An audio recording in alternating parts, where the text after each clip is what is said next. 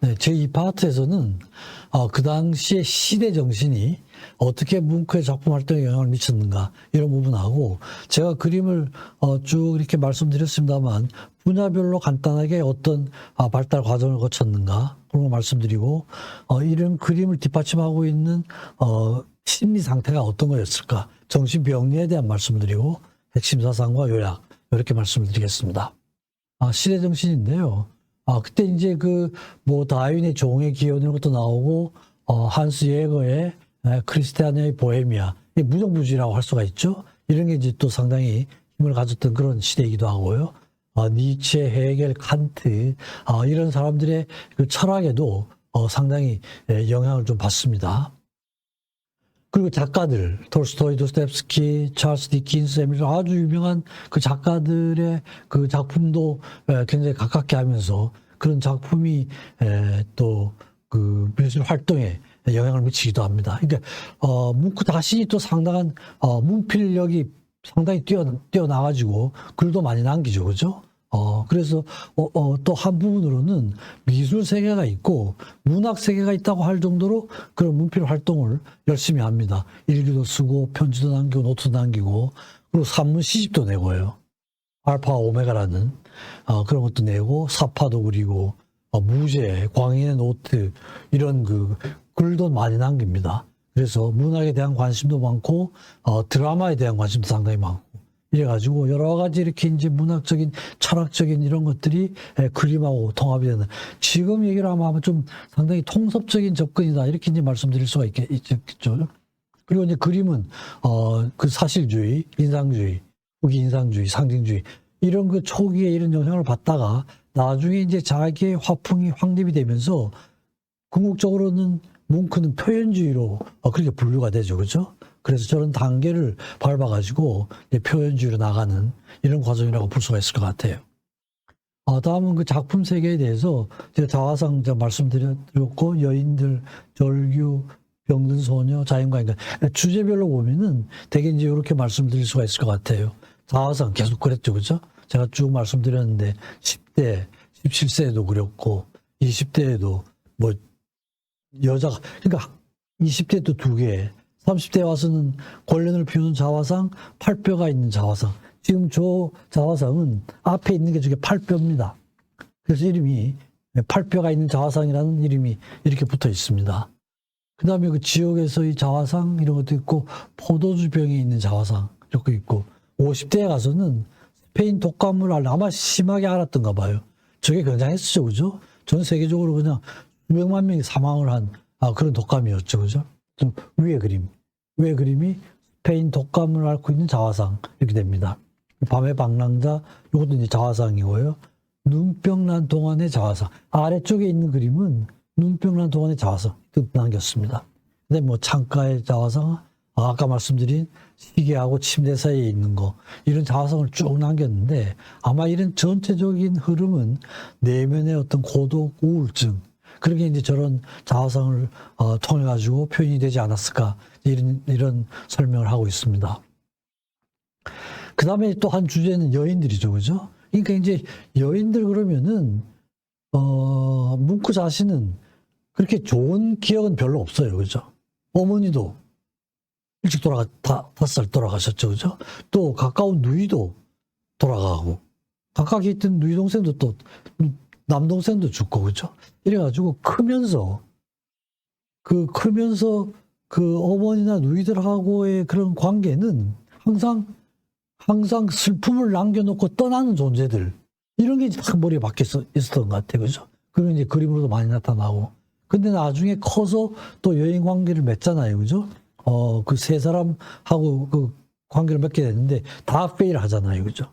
그러니까 어렸을 때의 그런 관계가 나중에 성숙한 어떤 그런 그 남녀 관계를 맺는데도 좀 장애가 되지 않았을까 이런 추측을 하게 됩니다. 그래서 여성에 대한 양가 감정들, 경멸, 두려운 존재, 믿을 수 없는 존재 이런 식의 그게 이제 마음에 박혀 있었던 것 같습니다.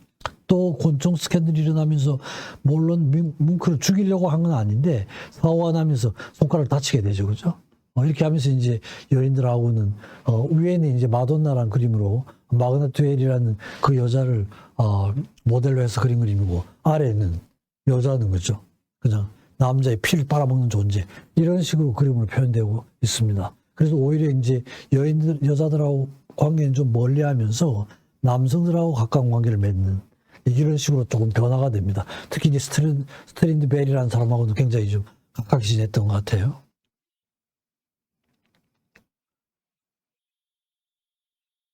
그 다음에 이제 불안, 공포, 이런 게 표현되는 거죠. 절규라는 작품은 그 30대 그린, 그 제가 아까 아주 유명한 그림 보여드렸죠. 그죠? 그래서 공포와 절망을 주제로 하는 그런 일련의 작품들이 남아 있습니다. 그러니까 실제로 뭉크 자신이 광장 공포증도 앓았고 편집증도 좀 있지 않았을까. 또 물론 술 중독증도 있었고요. 여러 가지 이제 정신질환이 동반돼 있었던 그런 생을 살게 됩니다. 절규, 절망, 공포, 질투, 불안, 이런 주제로 또 일련의 그림을 남기게 됩니다. 그리고 또 이제 병든 소녀, 그렇죠. 이제 늘 어려서부터 죽음을 경험을 했잖아요, 그죠? 병실의 죽음.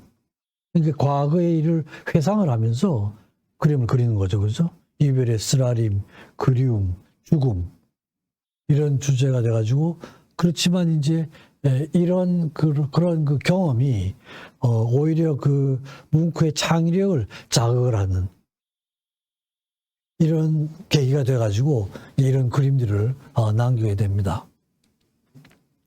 그 다음에 이제 나중 가서는 은퇴 생활을 하고 이러면서는 그죠, 자연과 인간하고의 관계, 이런 걸 그리게 되죠. 그 다음에 자기가 굉장히 고통을 많이 받았는데 고통받은 인간의 눈에 비친 주관적인 자연의 느낌, 이런 그림을 그리고요.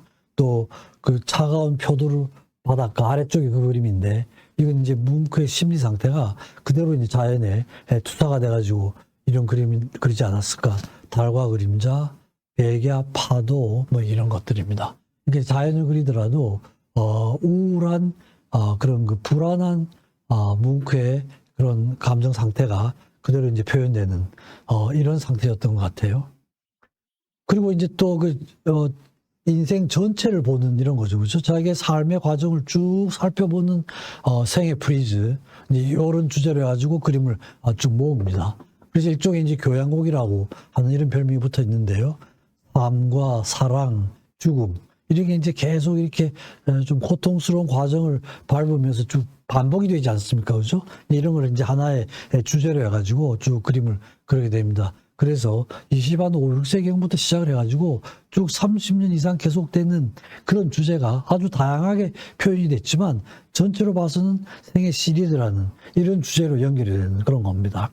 그래서 저녁, 수수께끼 이런 것도 그리고 불안, 생명의 춤, 우의 그림은 이제 생명의 춤, 이런 겁니다. 생애 시리즈의 한 부분이라고 할 수가 있죠. 또 죽음을 주제로 하는 죽음과 소녀, 별이 빛나는 밤. 그 다음에 또 아래쪽은 죽은 엄마와 아이. 자기와 엄마의 관계가 저런 식으로 회상을 하면서 저렇게 표현이 되는 거죠. 병실에서의 죽음. 늘 경험했던 거 아닙니까? 그죠? 그런 게 이제 이런 식으로 표현이 되는 것 같아요. 그래서 또 1902년 베를린 분리파전에서는 사랑 시리즈, 생애 시리즈의 한 부분이기도 하죠. 그 생애 시리즈 중에 이제 사랑이라는 주제가 들어가 있으니까요. 삶과 사랑, 그리고 죽음의 시, 이런 게 이제 처음으로 완성된 형태로 일련의 작품을 소개하는 그런 분리파전을 개최를 합니다. 그리고 1903년부터 9년까지는 오슬로의 블롬크비스트에서 전시회를 갔고요. 또 1918년에는 직접 자기 아까 말씀드렸던 그 생애 프리즈, 그걸 해설하는, 자기의 생애 과정에서 쭉 밟아온 그런 여러 가지 경험들, 이런 걸 해설을 하는 해설서를 발표를 합니다. 그리고 애큐리 마지막에 운동 생활을 한 곳이었죠. 거기에서는 생애 프리즈를 위한 방화 스튜디오, 혹시 이제 그런 자기의 그런 중요한 작품들이 다 이제 불타버릴까봐 방화 스튜디오를 짓기도 합니다. 그래서 이런 과정을 쭉 통해서 보면은 개인 역동과 정신병리에 대한 걸 좀 살펴볼 수가 있는데요. 가족 배경은 실제로 아버지 집안 쪽은 목사도 지내고 군인도 있고 관료 학자들 배출을 많이 했습니다. 어머니 집안은 아주 순박한 농부 집안이었어요. 그리고 이제 아버지는 군의관이셨는데 아주 광신적인 종교인에다가 신경질적이고요. 그 다음에 이제 어머니가 돌아가신 후에는 거의 20년 동안 외부 관계도 거의 하지도 않고 다른 재혼도 하지도 않고 아이들 케어도 제대로 하지 않았던 것 같아요. 그러니까 어떤 면에서는 아주 어려서부터 어머니도 잃고 아버지도 계셨지만 기능을 제대로 하신 것 같지는 않고요. 그러면서 이제 이모죠, 그죠? 이모 카렌이 아이들을 키우는 이런 과정이었습니다. 아까 말씀드린 것처럼 여동생은 또 정신분열병에 가까운 조현병에 가까운 그런 병을 앓았던 것 같고요. 누이가 또 결핵으로 또 사망을 하게 되고, 그래서 계속 그죠, 가까운 가족들의 사별을 경험하는 이런 것들이 병든 아이니 병실의 죽음이니 이런 그림으로 이제 표현이 됩니다. 여인 관계도 아주 어려웠죠, 그죠? 어린 시절부터 가까운 사람들이 다 죽기도 하고, 그러면서 이제 아까 하이베리크 부인하고 관계를 맺잖아요, 그죠? 밀러 타로라는 여인입니다. 기혼 여성이었어요, 그죠? 기혼 여성. 근데 6년 동안 깊은 관계를 맺었지만 결국은 이제 성공할 수는 없는 그런 생각이었죠. 그래서 아마 저 여인하고 관계는 자기가 이제 그 모성을 경험하지 못했잖아요, 그죠? 모성을 경험하지 못해가지고 그 모성을 저 여인에게서 찾지 않았을까? 이런 심적인 반응이지 않았을까? 이런 해설을 하기도 합니다. 그러니까 결국은 성숙한 남녀 관계가 아니라 어머니 같은 존재로서의 여인 이랬던 것 같아요. 결국 이제 실패를 하죠. 다른 의사하고 이제 결혼을 하게 됩니다. 그리고 이제 1890년대에는 주로 독일에서 보헤미안 멤버로 활동을 하는데, 아까 얘기했던 나그네 듀엘이란 그 여자 동료의 부인입니다, 그죠? 동료의 부인하고 관계를 갖게 되니까 이 여자가 양다리를 걸치고 있다 결국은 이제 떠나가게 되는 실패를 경험하게 되죠, 그죠? 그리고 거의 그와 동시에 그 노르웨이 부인 튠라 라르센, 아까 말씀드렸죠? 초기 사고가 나는. 그래서 이제 결혼까지 고려도 하고 이랬는데 뭔가 또 조금 멀어졌던 것 같아요. 그래가지고 이제 그 튠라 라르센이 자살을 하겠다, 이런 식으로 협박을 해가지고 급히 찾아가죠. 찾아서 권총을 들고 있는 튠라 라르센하고 이렇게 티격거리다가 총에 맞게 되는, 사고로 총에 맞게 되는 이런 사고가 일어나죠, 그렇죠? 그러니까 이제 더 멀어지게 된 이런 관계가 됩니다. 그래서 신체적으로 또는 정서적으로 충격을 경험하게 되고, 그게 이제 그림으로 표현이 되는 그런 과정이라고 할 수가 있을 것 같습니다. 여러 가지 이제 정신질환을 많이 앓게 되는데요. 술 중독증을 심하게 앓았습니다. 환청도 경험하게 되고, 그래서 1908년 가을에 막 3일 동안 완전히 술독에 빠진 적이 있었던가 봐요. 굉장히 술 중독증의 특징이 될 수도 있죠, 그죠? 왕창 이제 술만 마신 다음에 할 수 없이 이제 상태가 안 좋아져서 코펜하겐에 있는 다니엘 야콥슨이란 사람이 병원에 입원을 하게 됩니다. 그때 이제 술 중독증, 우울증, 불안증, 공포증, 여러 가지 이제 정신 상태가 안 좋은 상태에서 입원을 하게 됩니다. 입원 기간이 상당히 길었죠, 그죠? 7 내지 8개월 동안 입원을 하고, 주로 이제 스파나 마사지 이런 방법으로 치료를 받게 됩니다. 공기 치료도 하고, 식이요법, 건강식. 그런데 이제 중요한 게 그림을 계속 그렸습니다. 입원하고 있으면서. 근데 저게 아마 이제 그런 정신질환을 극복하는데 굉장히 중요한 역할을 했던 것 같아요. 그래서 그 대상은 의사를 그리기도 하고 간호사, 환자들을 대상으로 해서 그림도 그리고, 또 자기가 입원하고 있는 동안에 친구들이 방문을 하면 그 친구들도 또 대상으로 그림을 그리고, 이렇게 해서 계속 그림을 그렸는데, 저게 이제 그 정신질환을 극복하는데 굉장히 중요한 역할을 했던 것 같고, 실제로 뭉크 자신이 그런 회상을 합니다. 나중에 그런 기술을 남겨요. 그러다가 이제 좋아져서 45세 때 노르웨이로 영구 귀국을 하게 됩니다.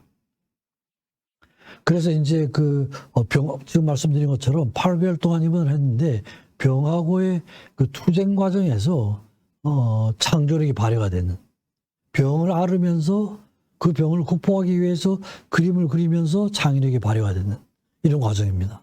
그래서 제가 처음에 제목을 심리회화의 선구자라는 이름을 붙인 게 이제 이런 과정입니다. 그렇죠? 그리고 그림을 그리려는 시도조차도 자기 치료의 일부가 될 수가 있다.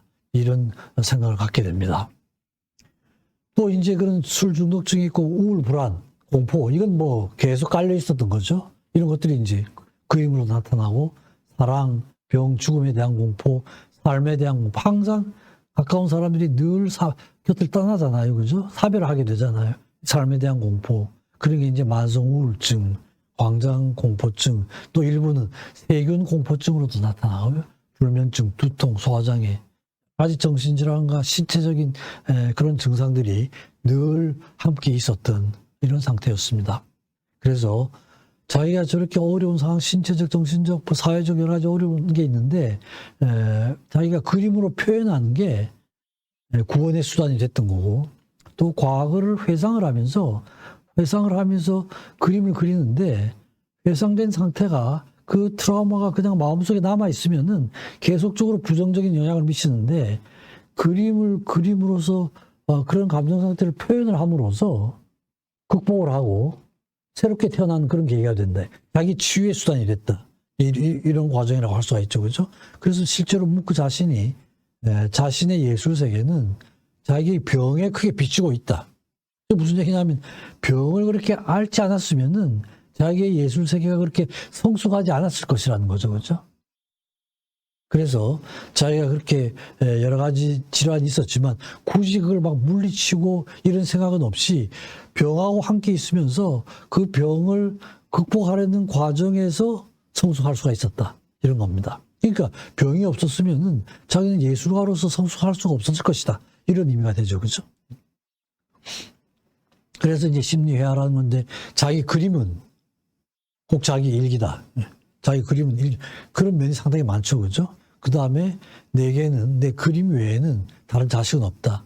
결혼 안 했잖아요. 결혼 안 하고 자식도 없는데 실제로 이제 자기 그림들이 자기 자식이다. 이런 겁니다. 그래서 저게 이제 뭉크 자신이 남긴 글입니다. 자신의 예술은 일종의 자기 고백이었고 자신에게 삶의 불안과 병이 없었더라면 자기는 노 없이 대항으로 나간 배, 막연하게 떠돌아다니는 이런 거죠. 오히려 그런 불안, 병 이런 게 있었기 때문에 그게 자기가 나아가야 될 어떤 방향을 결정지어주는 그런 역할을, 노와 같은 역할을 했다. 이런 얘기입니다. 그죠? 그래서 자기의 예술은 삶과의 불화를 설명하라는 성찰에 뿌리를 두고 있다. 여러 가지 불화가 된 상태가 있으면 거기에 대해서 그 원인을 밝혀나가는, 자기 자신을 성찰하는 이런 계기가 되고 그런 계기를 통해서 예술적으로 발전할 수 있었다. 이런 의미가 되는 것 같아요. 그래서 이런 과정을 쭉 보면은 우선 예술 사상은 뭐 사실주의, 노르웨이 고유한 그런 화풍이었죠. 그 다음에 그 인상주의, 표현주의 이런 과정을 거쳐서 표현주로 나가는 이런 거고, 작품 대부분이 자전적인 요소, 자기의 실제로 인생에서의 경험이 그림으로 표현된 거다. 이렇게 볼 수가 있는 거죠. 그렇죠? 그리고 1889년부터는 일기를 계속 시작을 했는데 일기 쓰는 것과 그림을 그리는 거, 이 양쪽이다. 그죠? 자기 내면을 들여다보는 이런 거죠. 그렇죠? 그래서 한쪽으로는 일기를 쓰고 한쪽으로는 그림을 쓰고 이러면서 여러 가지 복합적인 과정이 합일이 되는 이런 과정이라고 볼 수가 있을 것 같아요. 그래서 전체적인 그림과 그 생의 그런 그 과정을 되게 이제 핵심적인 과정을 보면 되게 그게 합일이다 이렇게 보여. 삶과 죽음 늘 양면을 왔다 갔다 했죠. 그죠? 기쁨과 고통, 직선과 곡선, 나중에 자연을 그리고 할 때 이런 그 수직선과 수평선, 대립적인 상태지만 이것이 이제 조화를 이루면서 하나가 되는 해변과 인물, 자연과 인물이죠. 그죠? 부드러움과 딱딱함, 서정성과 잔인성, 아주 잔인한 그림도 많고 서정적인 것도 많고, 조화로움과 부조화로움, 밝음과 어두움, 굉장히 대립적인 어떤 상태인데 이런 대립적인 관계가 나중에 합일이 됨으로써 전체적으로 하나가 되는 이런 게 이제 뭉크 그런 예술의 그런 주된 사상이 아닌가 그렇게 생각을 하게 됩니다.